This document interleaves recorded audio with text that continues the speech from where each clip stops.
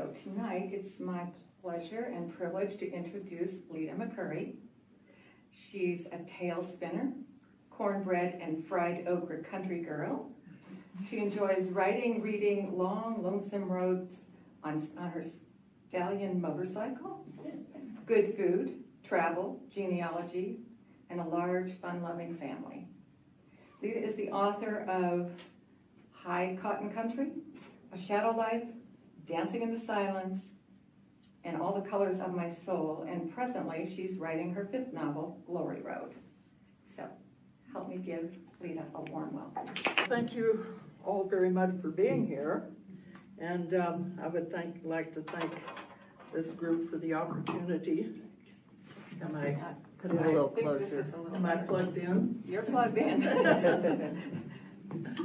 There. How's that? It's fine for me if it's okay for them. Good. Yep. This is my first opportunity to do something like this and step outside my comfort zone, so thank you. And I am going to be reading from my 4th novel, which I published last year at the age of 88. I published my first novel at the age of 80. And I'm working on my 6th novel right now. And the only reason I mention that is to encourage you. Because if you've been thinking about doing something, don't wait, do it. Because it is never too late until you say it's too late. So I write 20th century fiction, which I didn't know existed until I wrote it. And it's basically about women from the era beginning around the Great Depression. And these are women who had no value in society except as it was represented through the man in their household. If they weren't married by the time they were 20, they were an old maid, and they were at the mercy of whatever family member would take them in. I write about women who said, nope, not me. So that's the kind of stories that I tell, and the theme is the same, throughout, but each story is different. So the one I'm reading tonight is from All the Colors of My Soul, and we'll get right into the first chapter. My parents raised me right. I'm a good person. I love God. It's important you know that because I'm about to kill someone. What kind of, nothing, it is a certainty. Nothing will stop me other than my death. What kind of a person is capable of cold-blooded, premeditated murder, you ask? Well, first, I don't view it as murder. It is an execution. Second, there is nothing cold about it. Dedication to this purpose inflames my blood, and with the searing heat of an erupting volcano, it consumes me. You're obviously stunned by my words.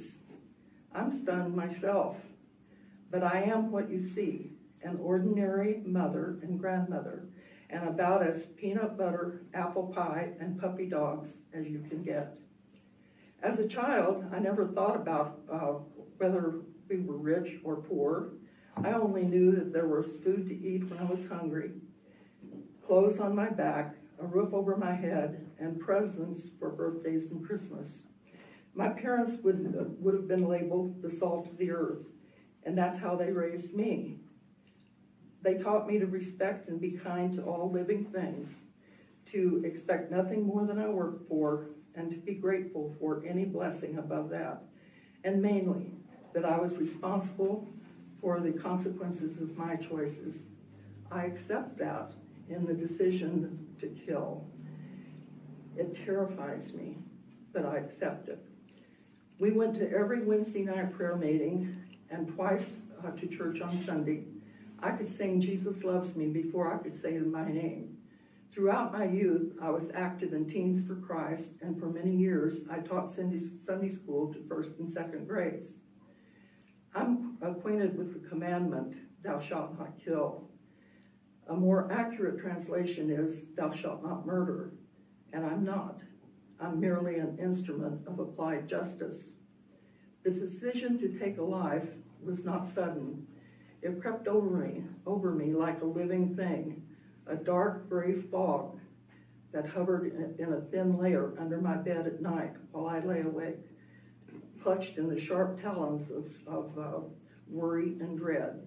It overtook me so quietly, lying first on my skin with the whisper softness of a spider web.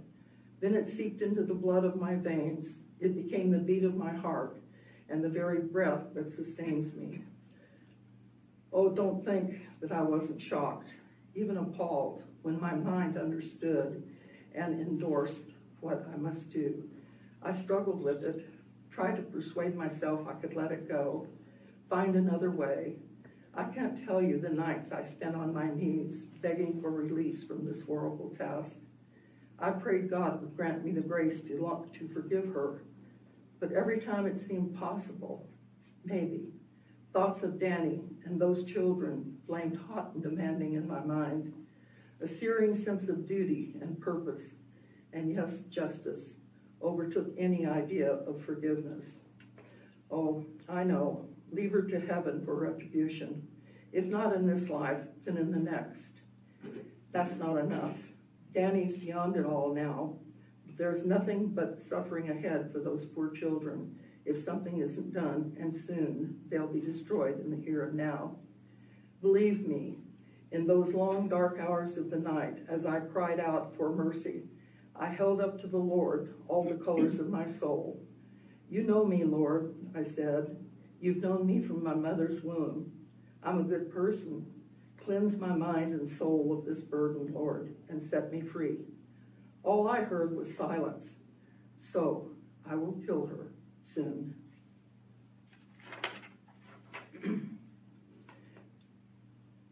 I'll tell you the whole truth of Danny's story to the best of my knowledge and memory, since I've chosen you to share the burden of my journey. This is Danny's story more than mine, but without Royce Allen Colbert, there would be no Danny, so I must start with Royce. Gaisley Creek, California, 1937. Are you crazy? I squinted my eyes and gave Royce a look I hoped let him know exactly how I felt about his goofy idea. But Butterbean, how will we know if we don't try? My glare apparently didn't deter his foolishness, for he flashed his lopsided grin. I don't know. I patted myself dry and then draped a towel over my arm. Even though she thought it barely appropriate for a 15-year-old, I had persuaded my mother to let me spend the outrageous sum of $1.79 for a new Catalina swimsuit with drawstring backstraps. I had earned the money myself, cutting apricots for the drying shed during the summer, but that didn't cut any mustard with Mama when it came to being sensible. It took a lot of apricot cutting to buy that hot red number, and there was no way I would cover it up with a towel, at least as long as Mama couldn't see me. Besides, I kind of liked the way Royce looked me over when he thought I wasn't watching. Stop calling me Butterbean. I gave him my best glare. He grinned. Okay, Neva, but don't be such a stick in the mud. He kicked a rock, sending it skittering along the trail that led from our swimming hole in Gaisley Creek to our side-by-side houses on the north end of the town of the same name. I plopped down on a flat rock under a big walnut tree. I'll have to think about it. Don't think too long or I'll get old and gray. He sat on the rock beside me. I turned my head and studied him. It wasn't that I hadn't thought about kissing before. It was the middle of August, the summer we were 15, and consumed with curiosity about a lot of things. High on the list was kissing. Royce and I had speculated for hours on end about what the fascination with such an odd activity could be. I expected to tolerate the practice one day, as I intended to marry, and knew from observing my mom and dad that kissing was part of the deal. I had never entertained the thought that Royce Allen Colbert would be the one to give me my first. Growing up awash in the unrealistic romanticism of Hollywood, I pictured my dream man, tall, dark, and looking a lot like Clark Gable. That was not Royce. He was redheaded, blue-eyed, freckled, and always a head taller than the other boys. Gangly and gawky, Mama said he could break 10 things just walking from the front door to the back in your house. All that lumbering around didn't seem to bother him, though. He was always grinning, showing square white teeth that looked a little too big for his mouth. He was goofy and funny, and while he fell far short of my specifications for a future husband, he was perfect as a best friend. Royce was 4 months and 24 days older than me, and we grew up next door to each other. From before memory, we played together, cried, quarreled, spit up on each other, hit each other over the head with toys, pulled hair, and loved each other. It was entirely too squishy for a boy to even think the word love, much less say it. But I knew Royce loved me best as a friend. He called me Butterbean. He said because I was a chubby baby. That nickname lived on long after I lost my baby fat, if I ever had any. When we entered high school, I threatened to never speak to him again if he called me that dorky name one more time. He stopped for 3 days and then was back at it again. One advantage of Royce as a best friend was that I could outrun and outmaneuver him for many years. That meant I won most athletic challenges until he got into his teen years and had more brute strength. He was good at math, though, and I excelled in English and history, so most nights found us doing homework together. As I studied him that day, I had to wonder once again what the kissing fuss was all about. It had to be nasty to put your mouth on somebody else's. What if they had cooties? Are you chicken? His grin got bigger. He knew that would get me. I could do anything he could do and do it better. I had to admit he was right. So many people kissed. Maybe there was something to it. How could we know if we didn't try it ourselves? Who better to investigate the matter with than a best friend who keeps your secrets? Okay, I stood and faced him, looking both ways along the trail. My mother would confine me to the house for a month if she found out I let a boy kiss me. Any boy, especially Royce. Royce and I were only children in our families. Our parents had grown up together and were best friends. The two mothers were in and out of each other's houses every day. Our fathers and Royce listened to baseball on the radio on Friday nights, while the women and I went to the movies. Every Saturday evening, the 6 of us had supper together and played Monopoly until bedtime. We sat in the same pew for every church service, and our parents belonged to all the same clubs. We called each other's parents aunt and uncle, although we weren't blood related. So Royce was like a brother. The thought of kissing him made me queasy, but I had to do it for no other reason than to prove I was no clucker when it comes to a challenge. He leaned in, planted his warm, dry lips on mine for a couple of seconds. It wasn't as bad as I expected, but it wasn't anything to brag about either. I didn't feel a thing. Jiminy cricket, Royce, what's the big deal? I stepped back and looked closely at him to see if maybe he felt something. He shrugged. Beats me. A few days later, we were sitting on my back porch after supper going over the list of supplies we needed for school starting in a couple of weeks, when Royce said, "Neva, we didn't do it right." I was born Geneva Clarice Holiday, but Royce was the first to call me Neva when he was learning to talk, and it stuck. Did what wrong? I chewed on a pencil eraser, trying to decide if I should try to talk my parents into buying a new book satchel. No, probably not. We were better off than many people in the hard times of the 30s. But Mama said even in good times, Daddy could squeeze a nickel until Jefferson cried for mercy. The kiss. He stood and looked through the kitchen window. Apparently, satisfied nobody was there, he flopped back into the swing beside me. What are you talking about? I heard a couple of the fellows talking yesterday. We did it wrong. He leaned closer. So, let's try again. He put his hand on my arm. I don't know. A waste of time if you ask me. I think we missed something, he grinned. I'd sure like to know what it is. That did it. Not one to be left out of anything new to know. I leaned toward him and closed my eyes. Same as before, he put his lips against mine. Nothing. My mind was on the chocolate cake I knew was sitting on the counter in the kitchen. Then Royce flicked out his tongue and touched my lip. I squeaked and jumped back. "What are you doing? That's gaggy." I wiped my mouth on my sleeve. He popped up like a jack-in-the-box, peered into the kitchen again, and then dropped back down. "No, that's what we did wrong. Open your mouth." "Are you batty? I'll do no such thing." I stuck my tongue out, shook my head, and made vomiting noises just to be sure he understood how disgusting I found the whole idea. "We have to try it the right way or we'll never know."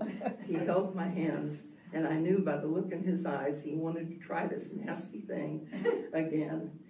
He did a lot of things for me, so turnabout was fair play. "Okay," I nodded, "just this once, then we'll know." He reached out and cupped his hand behind my head, pulling me gently toward him. He hesitated. "Close your peepers this time, nutcase." I did, but wondered, how do you do this? When do you open your mouth? Before the other lips touch yours? Or do you open after touching? And what happens after you open your mouth? Do you sit there like fish with your faces stuck together? Before I could decide whether I should approach the kiss, how I should approach the kiss, open or closed, he placed his lips on mine. "Okay, what now?"